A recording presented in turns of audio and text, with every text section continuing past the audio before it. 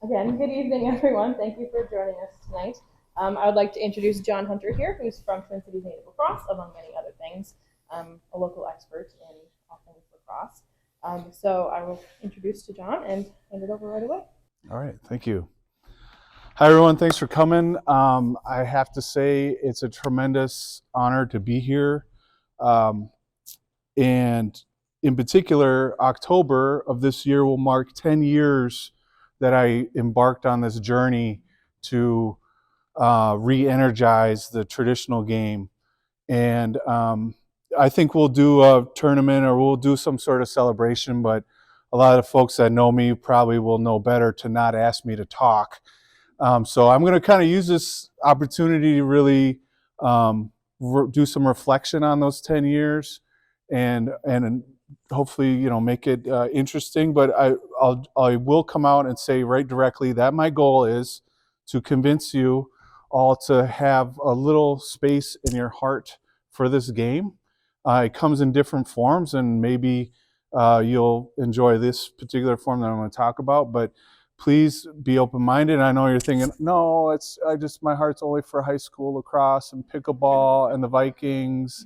And I'm going to say, there's lots of room. If we can do anything for our youth and for our families is provide more group activities that are active and that are fun.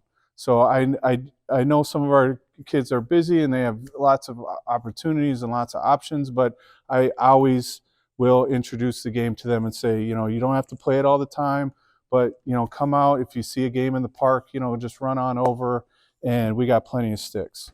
So I got plenty of sticks for you guys. Maybe just find a little place in your heart for the game today.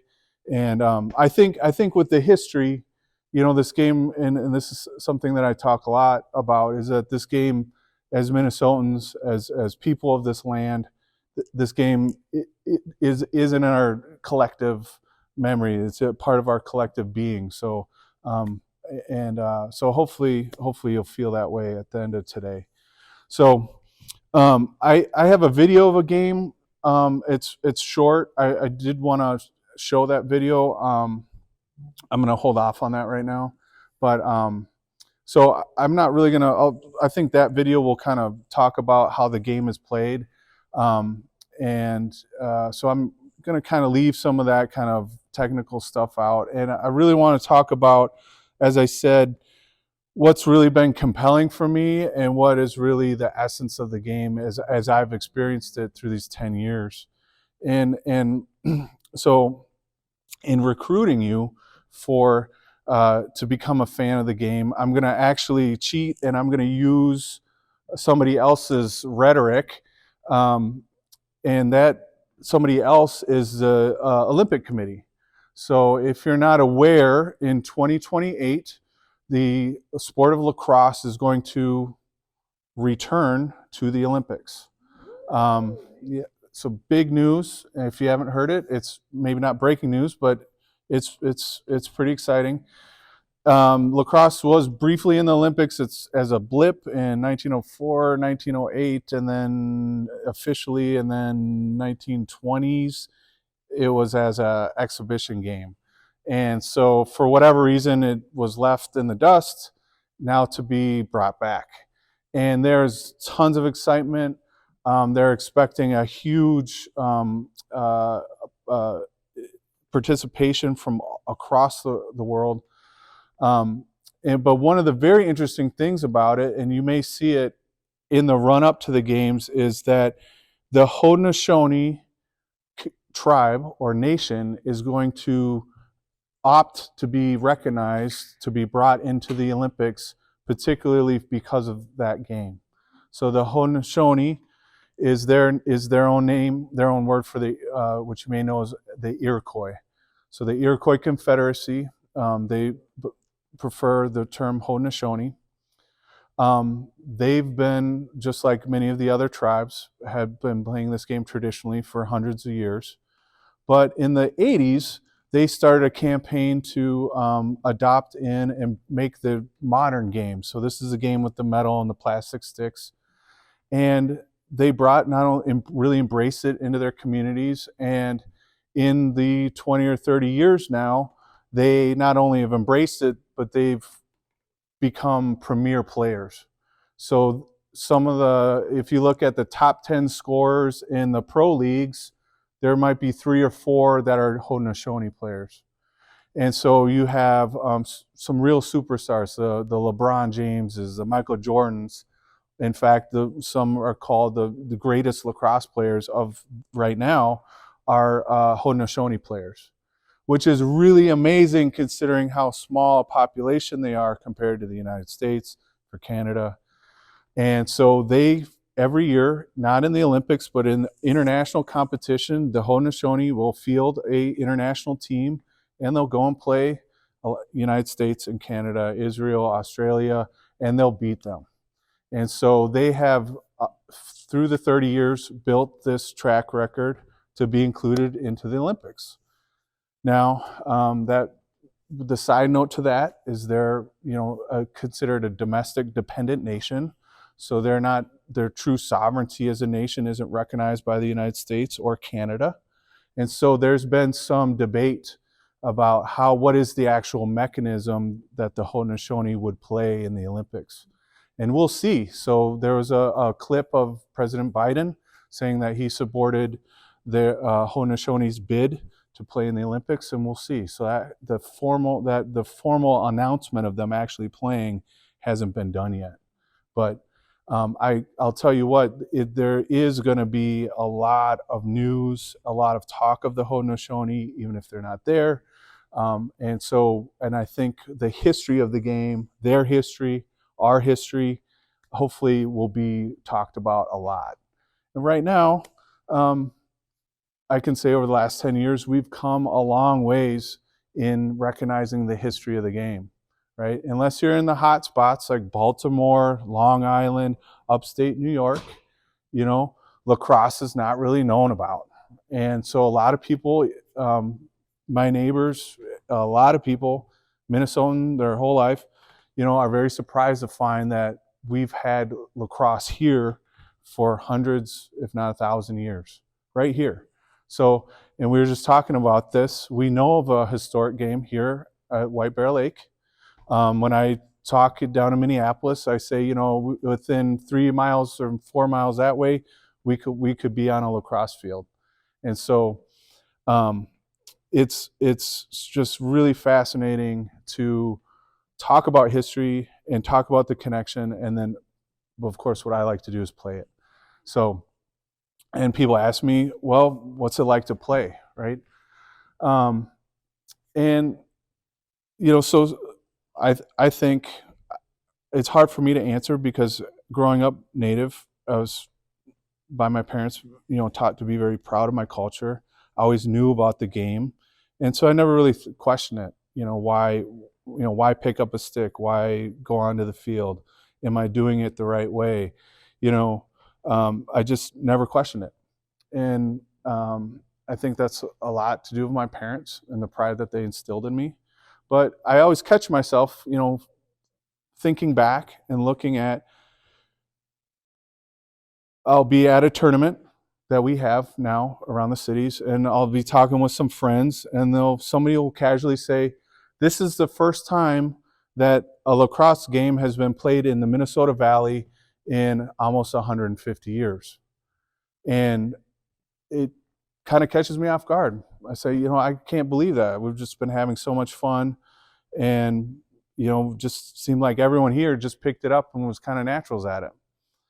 And so I really have to almost kind of come to a reckoning sometimes with the history. And does anyone know the significance of the about the 150-year span of the game in the Minnesota Valley? Right? So that's the period of history since the Dakota War, the Dakota conflict, when the Dakotas were actually exiled out of the state, right?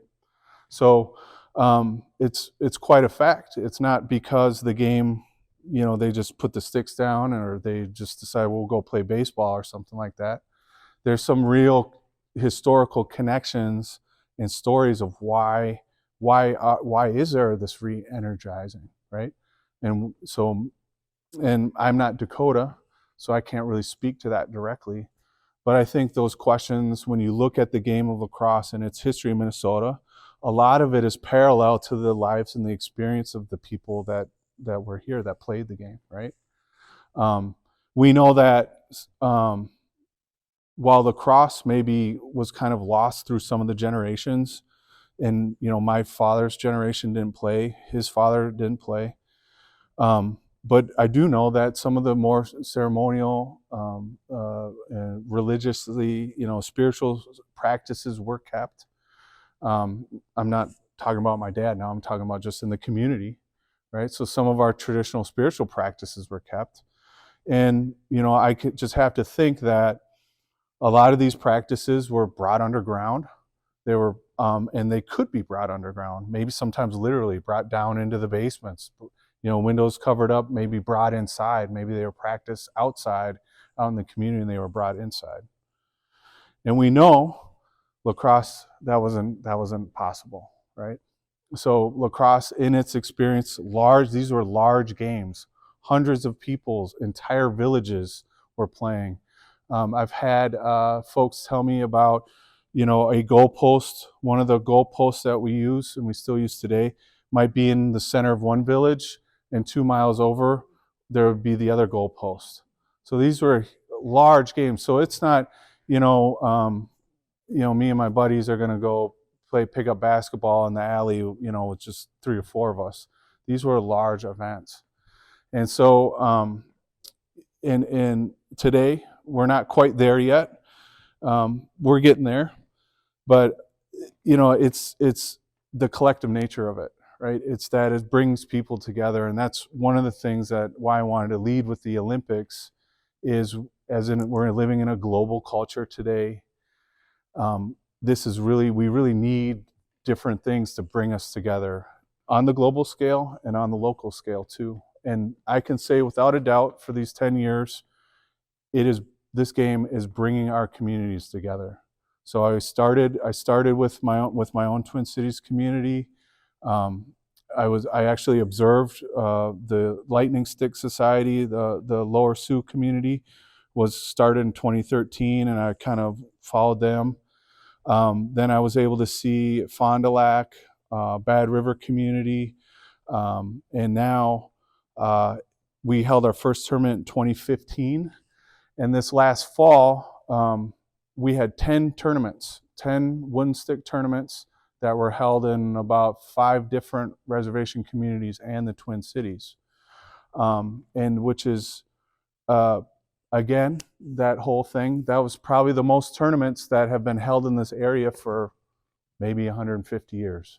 So it's really a fascinating time to be following the sport, learning about it, because it's only going to continue to grow, and it's only going to continue to get more popular.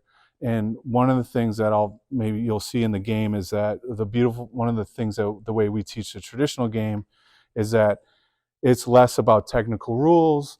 It's less about having a referee, and the referee is going to be accountable for everything. And it's the way we teach it with the young ones. And I think it's kind of raised up through the ages, is that it's really meant to be something as simple to gather and to have fun with, and not get caught up on, well, I can't cross this line, or I'm not wearing the right shoes, or we don't have a referee.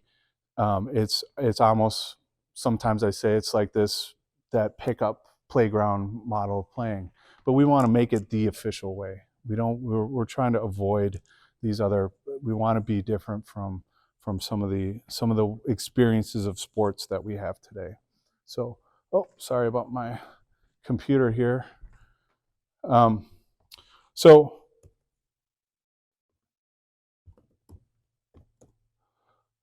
Sorry. Excuse me. So I just wanted to talk about 3 different communities real quick, and I'm going to talk about their history. Some of the images are here, and I have a couple of the historic stories about them, and then I want to just finish with kind of some of the more local stuff, and some of the fun some more examples of the fun that we've been having. But I mentioned the Dakota people, and we have there's a lot of the stories from the Dakota game are not written down, and I've heard bits and parts of them, but I would counteract to say that if you look anywhere in the written history or even online history, there's a really tremendous wealth of recordings of the Dakota game that were done by non-Dakota people. So if you look at the military officers that stayed at Fort Snelling, if you look at some of the missionaries, so there were the Pond brothers down in Bloomington. They wrote about Dakota life, and they captured Dakota life in all of its entirety, or tried to. But in those diaries and in those descriptions, there's just fantastic descriptions of Dakota games. And so, like at the Pond Mission, right there in the Minnesota River Valley, they would talk about a game that lasted 3 days. And so this was in the early 1800s. And so the Dakota people would come together, often at certain times of the year. Different bands would come together, and just like we would like today, when we have large gatherings of people, lots of different things would happen. Music would break out, games would break out, maybe some important ceremonies, maybe marriages, all sorts of things would happen at these large gatherings. And so they have a description of a 3-day long game where they would technically play through the night, and they would stop. Maybe there would be an important ceremony or important thing that would happen. They would pause the game. The players would go over, witness what was going on, and then pick up the ball and keep playing. So for 3 days. The Pond brothers also talk about some of the wagering that was happening, right? So you talk about fun, and there's different ways of fun to express having fun, and certain wagering is kind of universal, and so it's not surprising that was happening.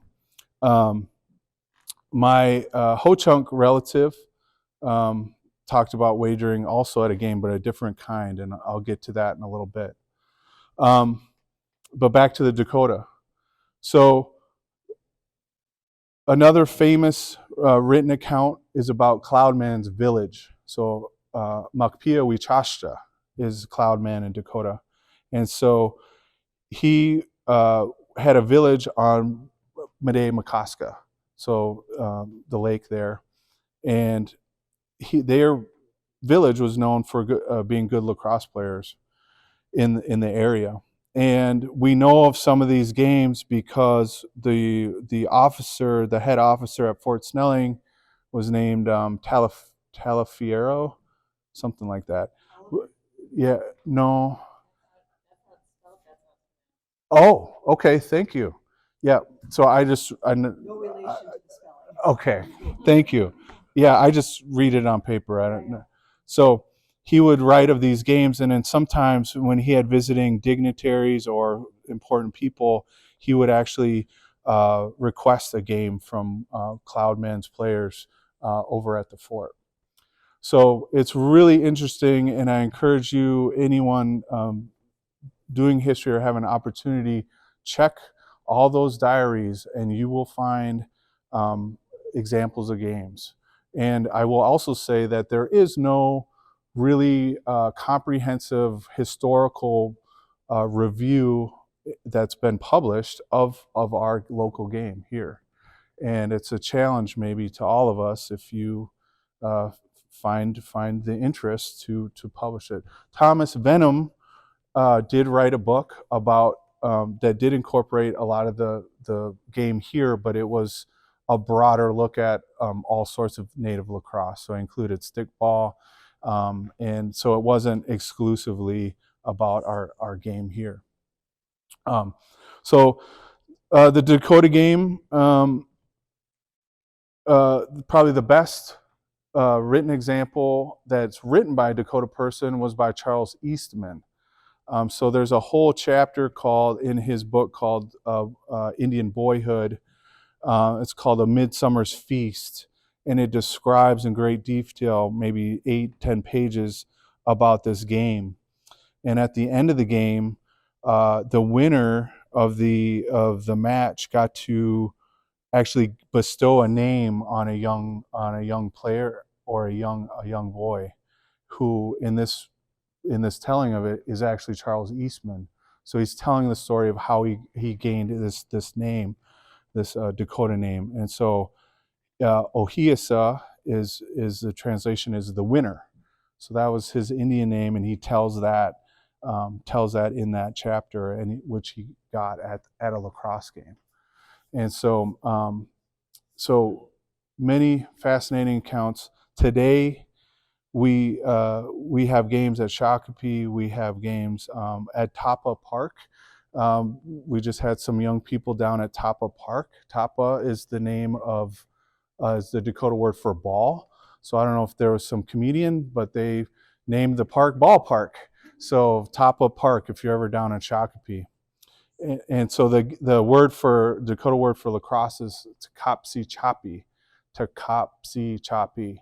So the taka part is actually a phonetic alteration of the word tapa.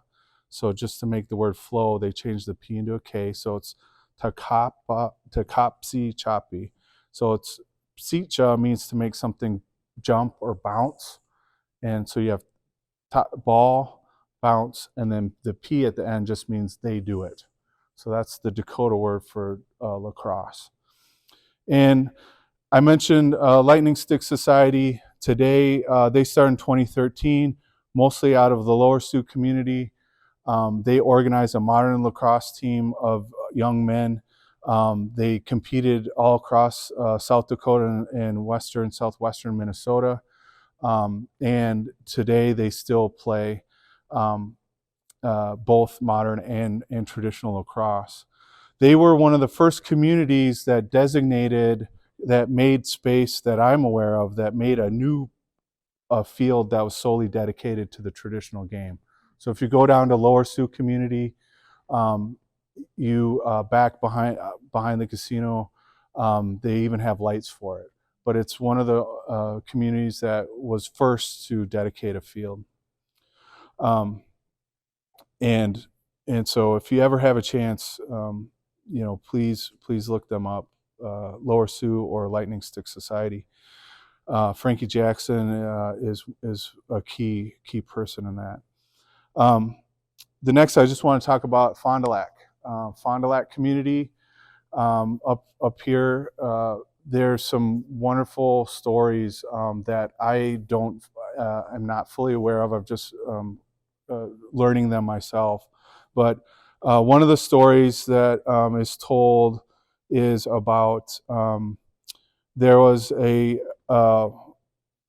during this process of settler colonialism and trying to gain access to these Indian lands, is that this process of treaties, along with signing over lands, in exchange for that, you'd get annuities. So you get payments of money, food, and as part of one of these annuities, often if they weren't being pilfered by government agents, is that there would always be some kind of delay, some kind of issue, some kind of problem, and this, of course, upset the tribal people.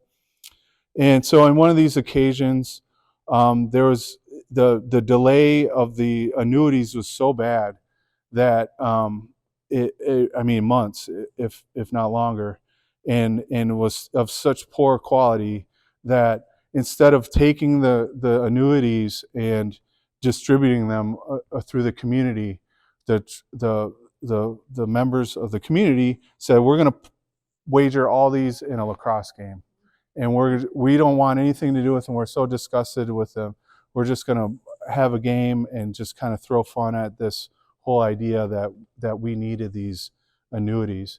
And so that's what they did. They played a game for a couple days or a long day, and then just just sent them off on their wager. And so now Fond du Lac, there's been some really amazing things that have happened recently. One is that the tribal council has re-recognized the old ball field. So the old ball field, they had done a historic survey of their own community, and somebody had written down somewhere that this was the old ball field. And so my friend was telling me, come up, and this was before the proclamation. He said, you got to come up and see the old ball field. And I went up there, and just along the side of the road, what did I see? But it was a baseball backstop. So the ball field was a ball field and had remained a ball field, but was now there was a backstop, and the dugouts had the cinder block dugouts. And sometimes, nothing against baseball, but sometimes you see these fields where it doesn't look like anyone's been using them, pretty overgrown. And so that was the case. It looked like somebody had maybe at one point driven around and whipped some donuts out there. I don't know. But it had remained a ball field, but it was just really exciting for that community. And they had found in their historic records, exactly on this old dirt road next to the river here, this is where we know of our historic games. And so they have now rededicated it. I don't know if the backstop's still there, but now they're having annual tournaments there, and I think some of the images might be from that field.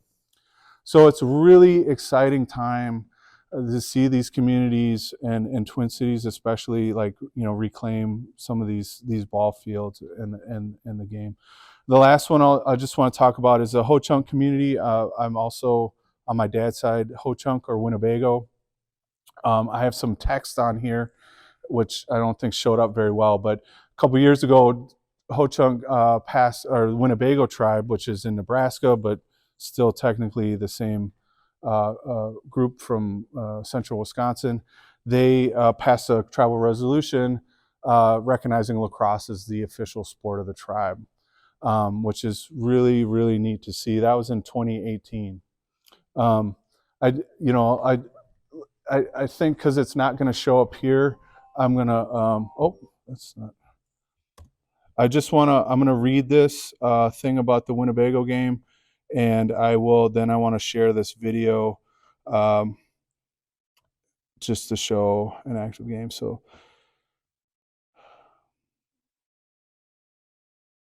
sorry here as I scroll through. So this is a game. I just want to pause here. This was taken in the Minnesota River Valley, attributed to Black Dog Lake in the wintertime. So this was 1843 or 1848. I can't recall. So this was an actual sketch that was done in a sketchbook, and then taken back to the studio and then filled in to make it to that quality. So I just quickly, let me find this Winnebago game. Here's our White Bear Lake game. Thank you, Mary, for that. So we do play in the wintertime. Here, interesting, this is from 1899.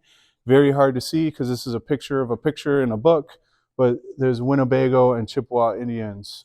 So a lacrosse game between the Winnebago and Chippewa Indians at the Minnesota State Fair. I believe it's 1899. So there's been talk amongst the Chippewa and the Winnebago, maybe we'll bring a game back. That would be a lot of fun, I think. This is from Bad River community. They would do exhibition games, and there's an image. If you go to the casino restaurant, there's a fantastic image of a field with about, I don't know how many cars, 50 cars on the far side, all the hundreds of people watching, and they had on the far left, you have a drum, person carrying a drum. They also had horses that they brought onto the field, and it was quite the spectacle. So here's Red Lake, 1910. This is the world, or in a museum in Italy. It was collected from up in the Red Lake area by Beltrami. So if you know Beltrami County, that's an interesting story too. I could share, but that's in his hometown of Bergamo, Italy. Is that stick? Are some of our woodland style dancers carry lacrosse sticks? So this is an image of at the powwow celebration, the particular style of dance. Oh no, I went the wrong direction. I'm really sorry, but I really want to read this excerpt. Um, yeah, I'm sorry about this. Where is that? Um, uh, so some of the sticks you see are from museums, and some of them are uh, sticks that are held in the communities that are over 100 years old, and they're a lot of the times they're not played with anymore. Um, Here's the tribal resolution. Okay, here we go. Sorry. Let's see if I can. And now I lost it. I'm really sorry about this. Where did it go? Let me see. Here we go. Sorry, I should have done this from the beginning.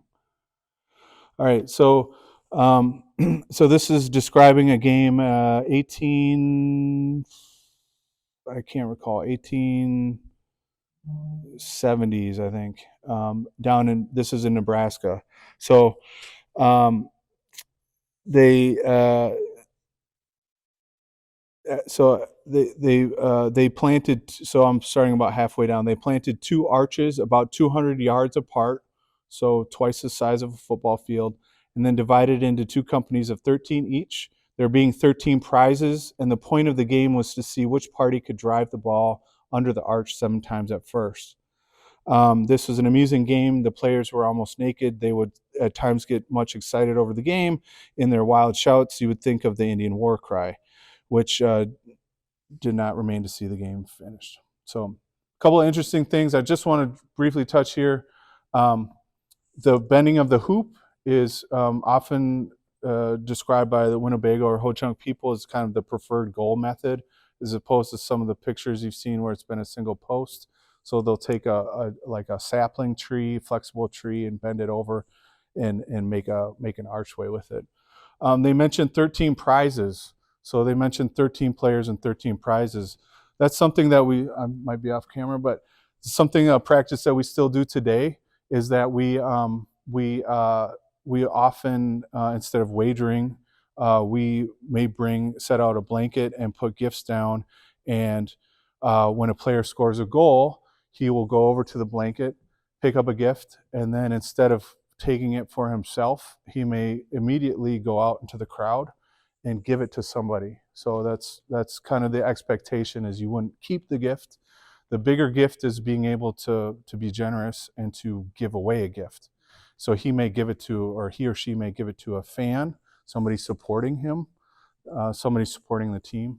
So that's pretty interesting. And another thing, as I mentioned, researching the old diaries and stuff, we often see this thing about being naked and war cries and stuff like that.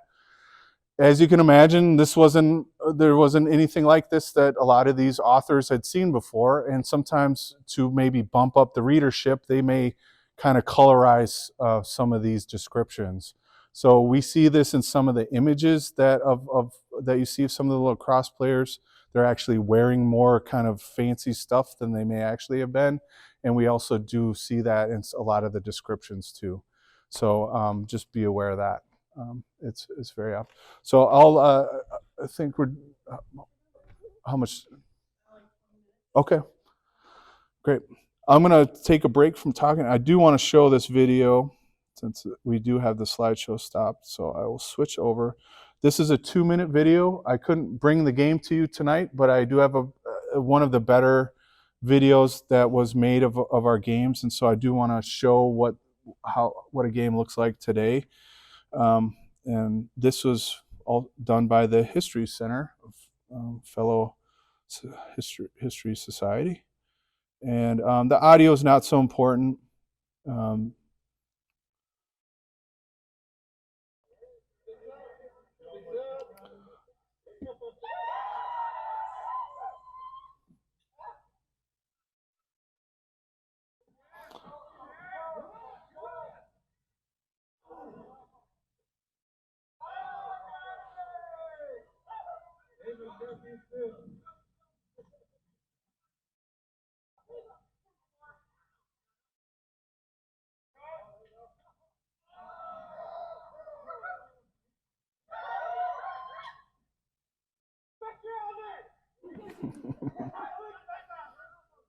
I like that.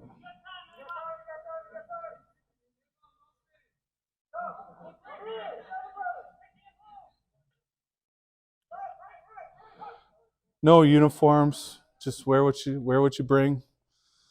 Um, you know, forces you to get to know your fellow players. That was the goalpost camera. So they actually mounted a camera on top of the goalpost.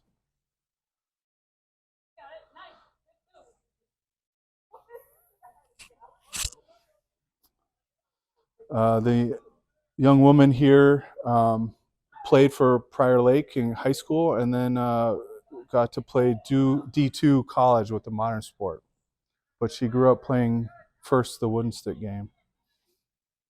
Here's another goalpost image.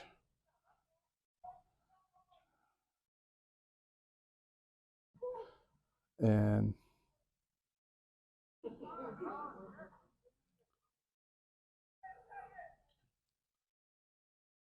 then kind of the handshake line at the end of the game. So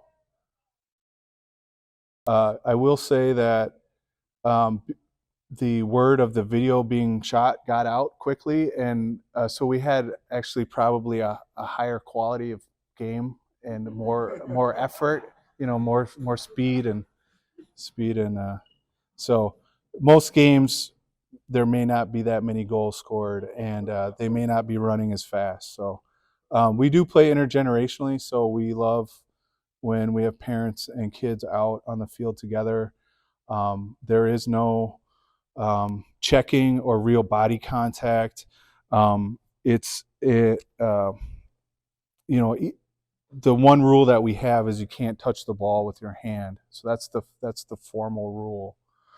Some say that in some communities believe that there's a spiritual reason for that the ball, though sometimes the word for ball is in certain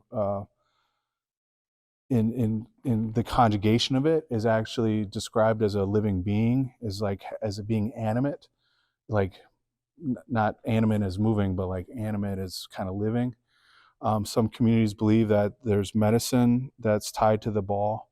So there's pretty universal in a lot of communities that you just don't touch the ball. That's a very formal rule.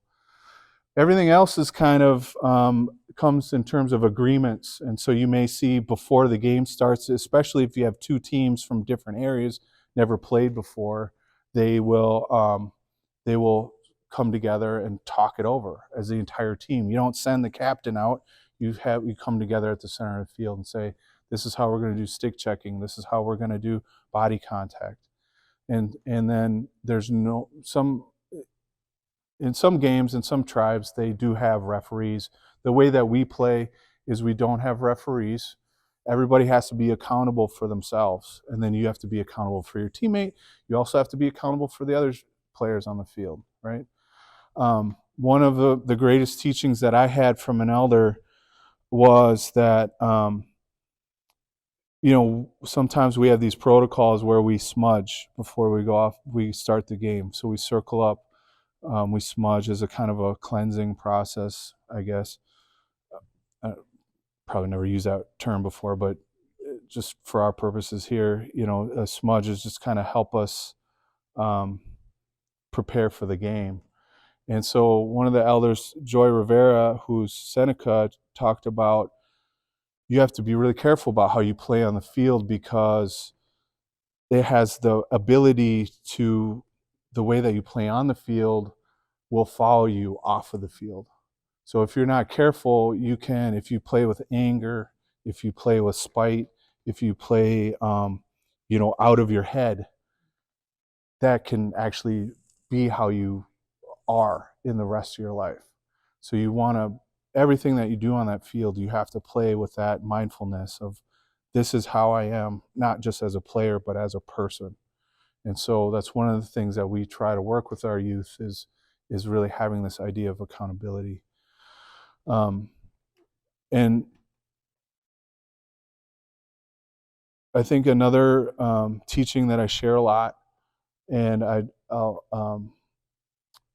this is maybe for more of the lacrosse aficionados. So sometimes they talk about this game being called the medicine game. So there's questions about that. What does that mean? The medicine game. Does it mean that the game heals? Is there healing qualities of it? And that's true, I suppose. I mean, I think that, again, as I said before, when we're out together as a community and we're moving our bodies and we're laughing, that model of health, this idea of physical, mental, spiritual, emotional health, that and not just lacrosse, probably in all other sorts of things that we do in our communities. When we're together like that and doing those things, it certainly is healing and healthy. But I think it was best explained to me by another elder, was talking about the unpredictability of a game, right? And this really caught me off guard because I immediately understood what they were talking about, but I had just taken it for granted, is that in almost nothing else that we do kind of on a semi-regular basis has so much unpredictability to it, or so much maybe risk, that is in our sports and a lot of our ball games. Can we, Babe Ruth, pointing out where he's going to hit the home run, sure, there's some predictability, but if you really think about it, where that ball is going to go, how that particular player is going to scoop it, which step they're going to take, how they're going to run across the field, how they're going to pass it. Almost every moment in these games is just complete chaos.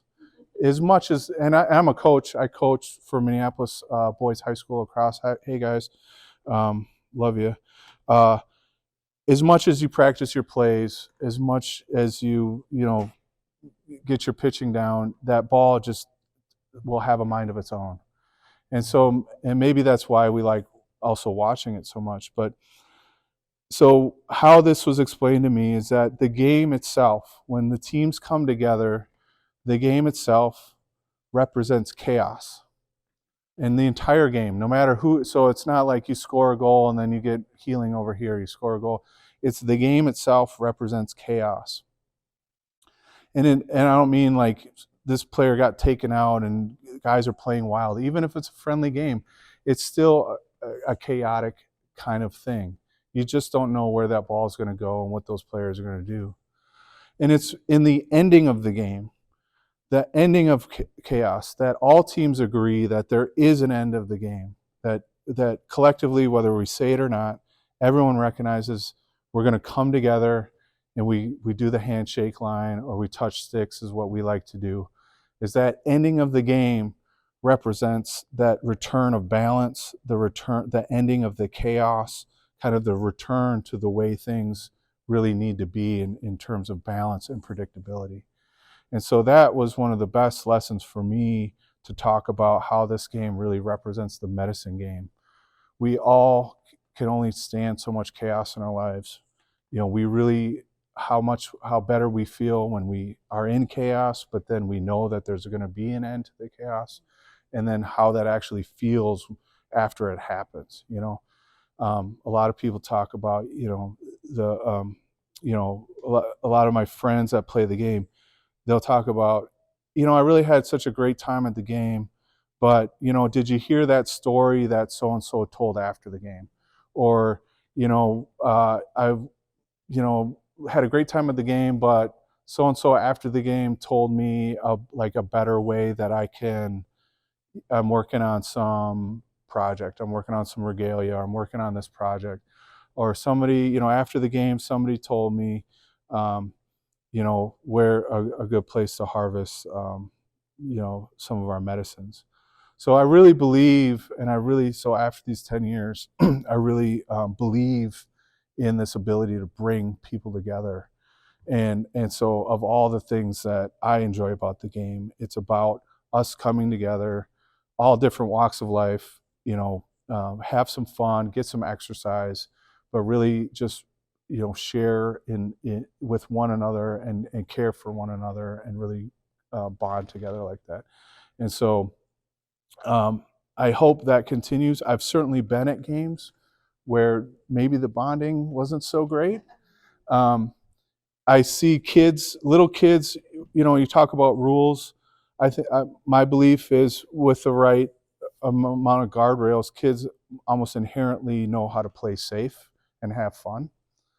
And I wonder, what happens to us as we go to adulthood, and that maybe we lose some of that. But it's true.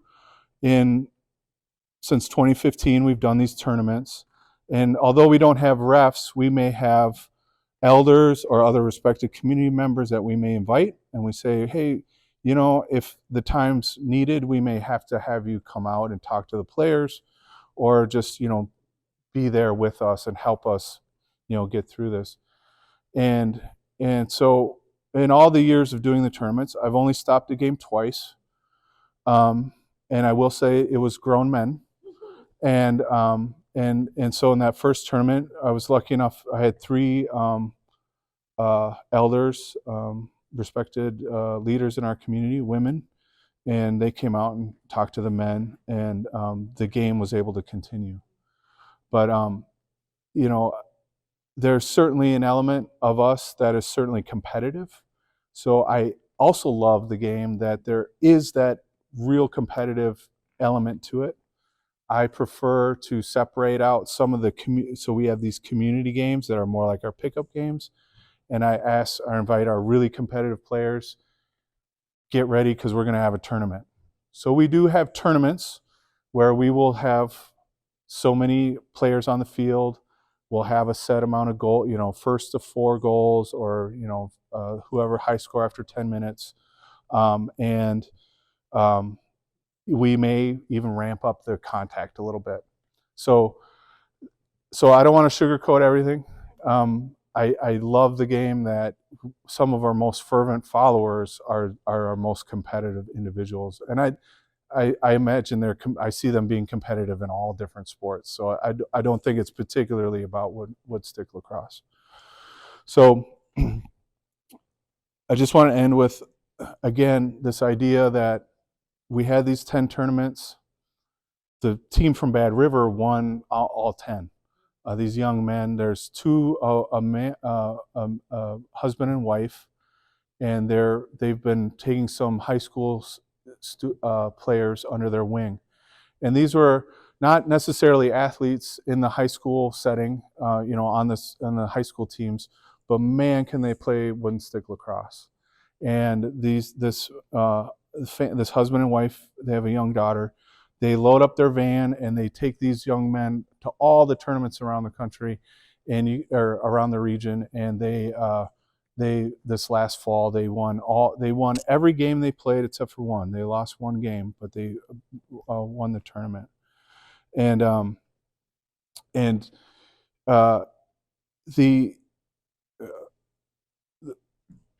forgot what I was going to say next. So the competitive nature of it is really important, but and we keep it for the tournaments.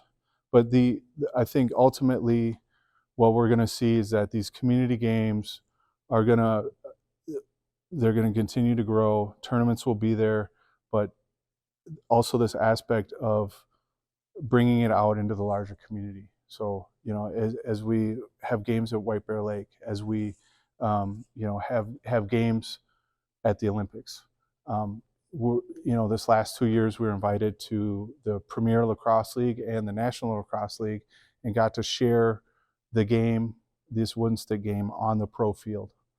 And so I think it's really the final thing that I'm really excited about is this ability to break down barriers because of the universal love of sports.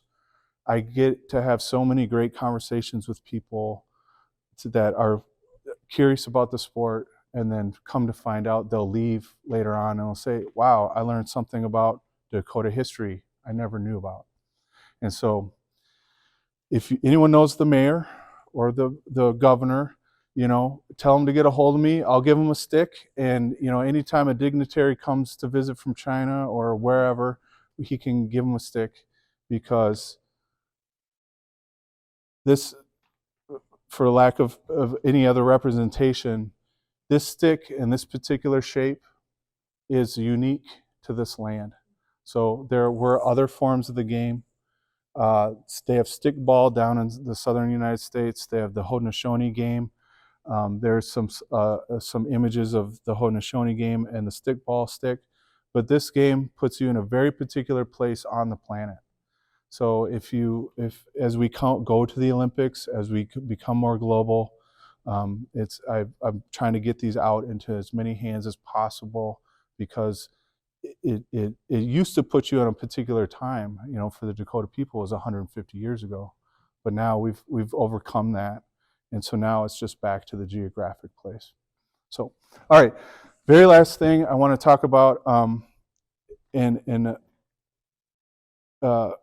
so there's a mentor of mine, Emmett Eastman, from Sisseton Wahpeton Oyate. He helped us out run some of our first tournaments and our first events, and he's a world-renowned, world-class marathon runner. He ran Boston Marathon and would do these peace runs all over the world. And I was explaining to him about what we were trying to do with the game, and he told me a really interesting thing. He said that, as you play this game on these fields, maybe they're old fields or maybe they're new fields. He said, what's going to happen is that, whether you know it or not, that the form that you take playing lacrosse is really unique, and a little bit with the sticks, but also with the movement, the particular movement, the way you guys move across the field, score the goals. He said that's a real particular movement. You're not doing that every day. And so when you come together and have that game, you have to think about that you're creating an image, you're creating a form on the earth that other people are going to recognize. And he didn't mean people. What he meant is trees, the animals, the trees that have been here for 100 years or longer. The tree, you may not have your father or your grandfather that remembers that game, but that 300-year-old tree that's down there by the field, that remembers the game. And so when you come and you guys come together and create that form, you're gonna awaken the recognition of our other relatives, of our plant, animal, and earth elements. And so I really, really like that, and I really hope that other history-minded folks can help us find some of these older fields, because they are around. And not necessarily that we need to put plaques up, but it would be great to have some games back on some of those old fields. So again, my final request is, if you're looking through the history and you hear something about an old field, speak up, because we'll get some players over there right away. So that's all I have. There's many other stories. I wish I could share them all, but I've borrowed your ears long enough. So I'll stick around if there's any other questions, but otherwise, thank you. Thank you very much.